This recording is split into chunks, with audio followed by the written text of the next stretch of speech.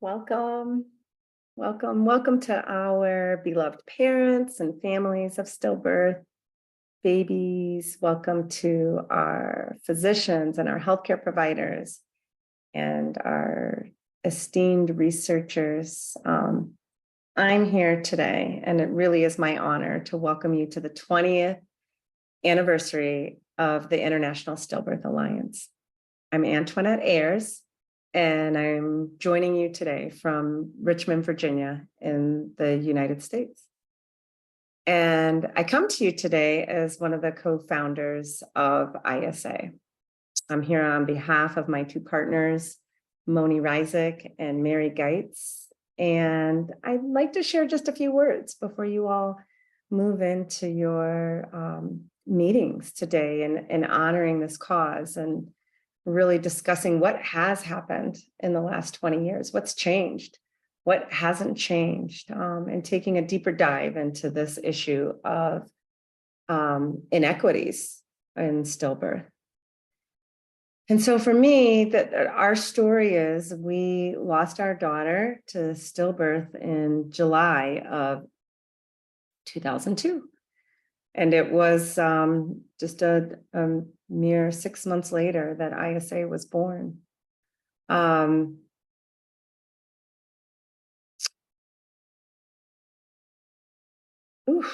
It's kind of crazy to say that. I'm just going to say that out loud.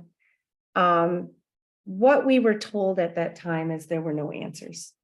They could not explain to us what had happened. And so that was a devastating feeling. That was I personally felt defeated. I felt very alone. And just to name a few emotions that likely many people in the room have felt. What I do want to share, though, is what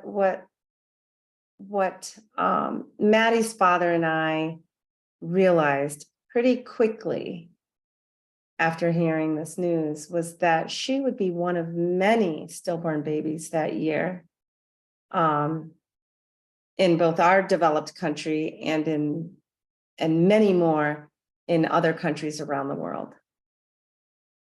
And then it was shortly after that, as African-American parents of a stillborn child, our first child, that we would learn of the connection between health disparities and many other inequities that were also connected with stillborn babies.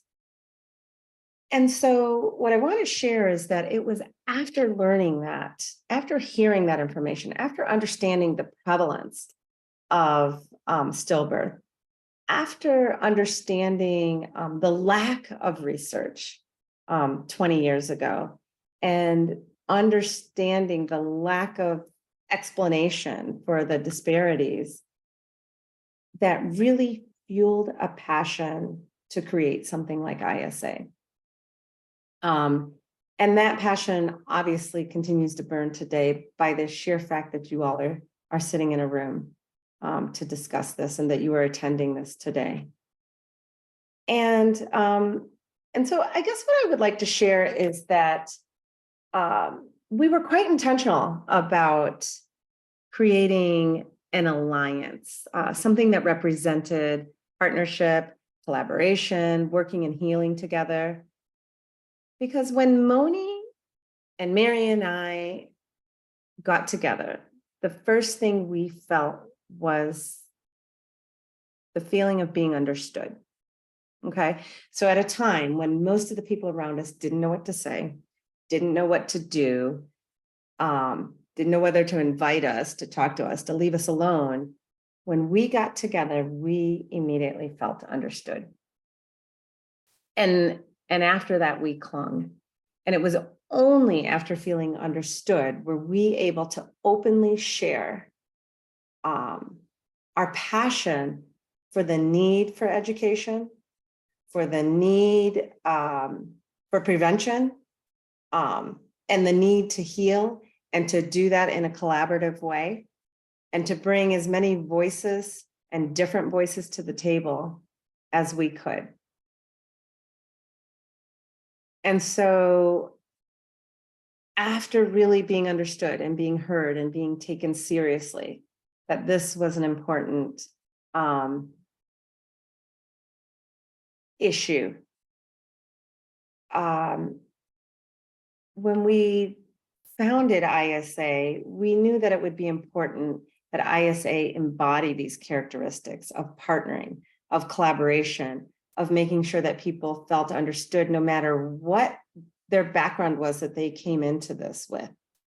We understood that there was harm done in all of the areas, you know, for families grieving and learning to heal, for health providers experiencing secondary trauma and seeing, you know, the occurrences of stillbirth, and for researchers looking to understand this, the need to collaborate and get information on a broader scale really became important.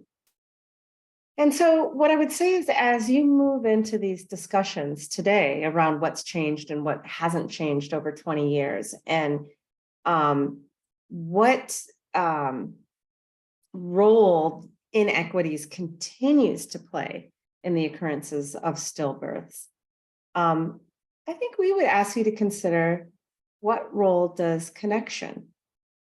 And what do I mean by that? Listening and understanding, sharing. What role does connection play in our ability to further this cause? You know, for us, we needed to have that first, and then it sort of opened the pathways for creativity and innovation. And so let me close with this.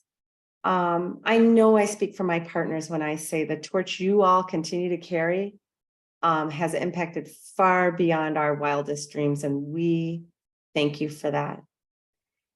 And for the many who are still to come to ISA, whether it's as individuals or organizations,